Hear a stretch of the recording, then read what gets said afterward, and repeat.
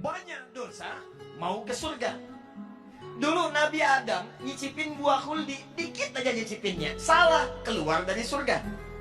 Antum ngaku banyak dosa, pengen ke surga, pengen masuk.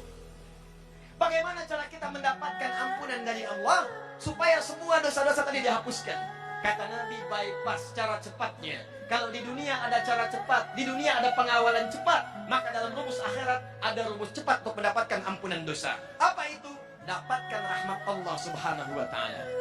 Dan ternyata di antara rahmat Allah itu diturunkan di majlis-majlis ilmu.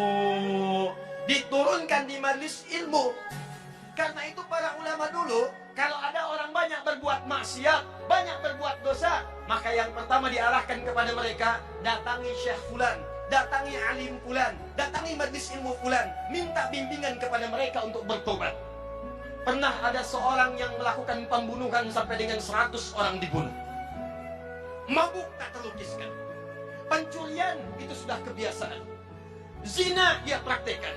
Satu kali dia ingin taubat, terbersit di hatinya, saya ingin kembali kepada Allah subhanahu wa ta'ala. Maka apa yang terjadi? Dia datang kepada seorang syekh, dia bertanya, "Ya syekh, saya ingin bertobat, bisakah seorang seperti saya tobat?"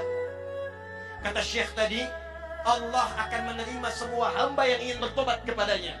Datang ke masjid fulan, datang ke majlis fulan, datangi guru fulan, minta bimbingan untuk bertobat kepadanya. Karena dia yang paling mampu untuk mengajari engkau. Ini adab dari para ustaz, adab para kiai, adab para alim, adab para guru. Jadi kalau kita bukan pakar di satu bidang, maka rujuklah kepada guru yang lain untuk mengajarkan.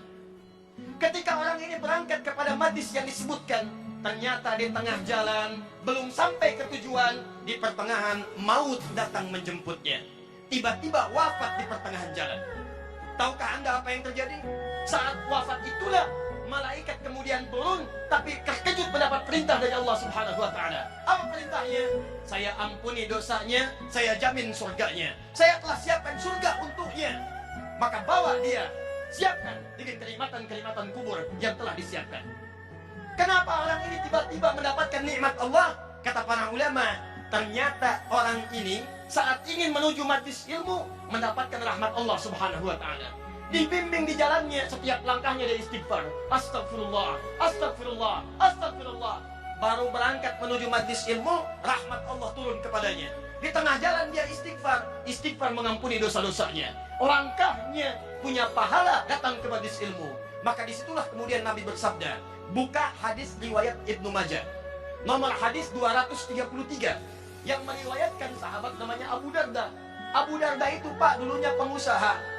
Dulunya agamanya Kristen, pindah masuk Islam. Begitu masuk Islam, beliau membuka usahanya yang mendekatkan dirinya dengan Allah. Cara usahanya, bikin dagangan di dekat masjid. Dekat masjid, apa tujuannya? Supaya lebih dekat dengan Allah. Kalau tiba waktu sholat, tinggalkan dagangan, saya bisa sholat dulu. Kalau rezeki nggak usah dipikirkan, Allah sudah atur. Setiap orang mau ke masjid, ada yang mampir beli makanannya, ada yang mampir beli dagangannya. Sampai kemudian ditiru oleh para sahabat-sahabat yang lainnya. Sampai sekarang kalau Anda haji atau umrah, Anda dapatkan dekat Masjid Nabawi ada orang-orang jualan di sekitarannya. Itu yang pertama kali jualan, namanya Abu Darda. Meriwayatkan hadis dari Nabi, apa bunyinya? Kata Nabi, perhatikan kalimatnya. Man salaka tariqan yaltamisu fihi ilma sahhalallahu lahu tariqan ilal jannah wa innal malaikata la tad'u ajnihataha ridan li talibil ilmi.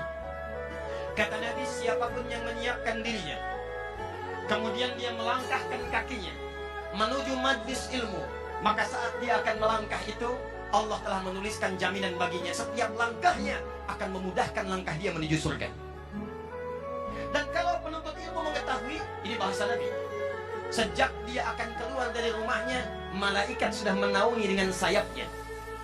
Di saat bapak ibu ini mau keluar rumah, datang ke sini, jangan dikira sendirian.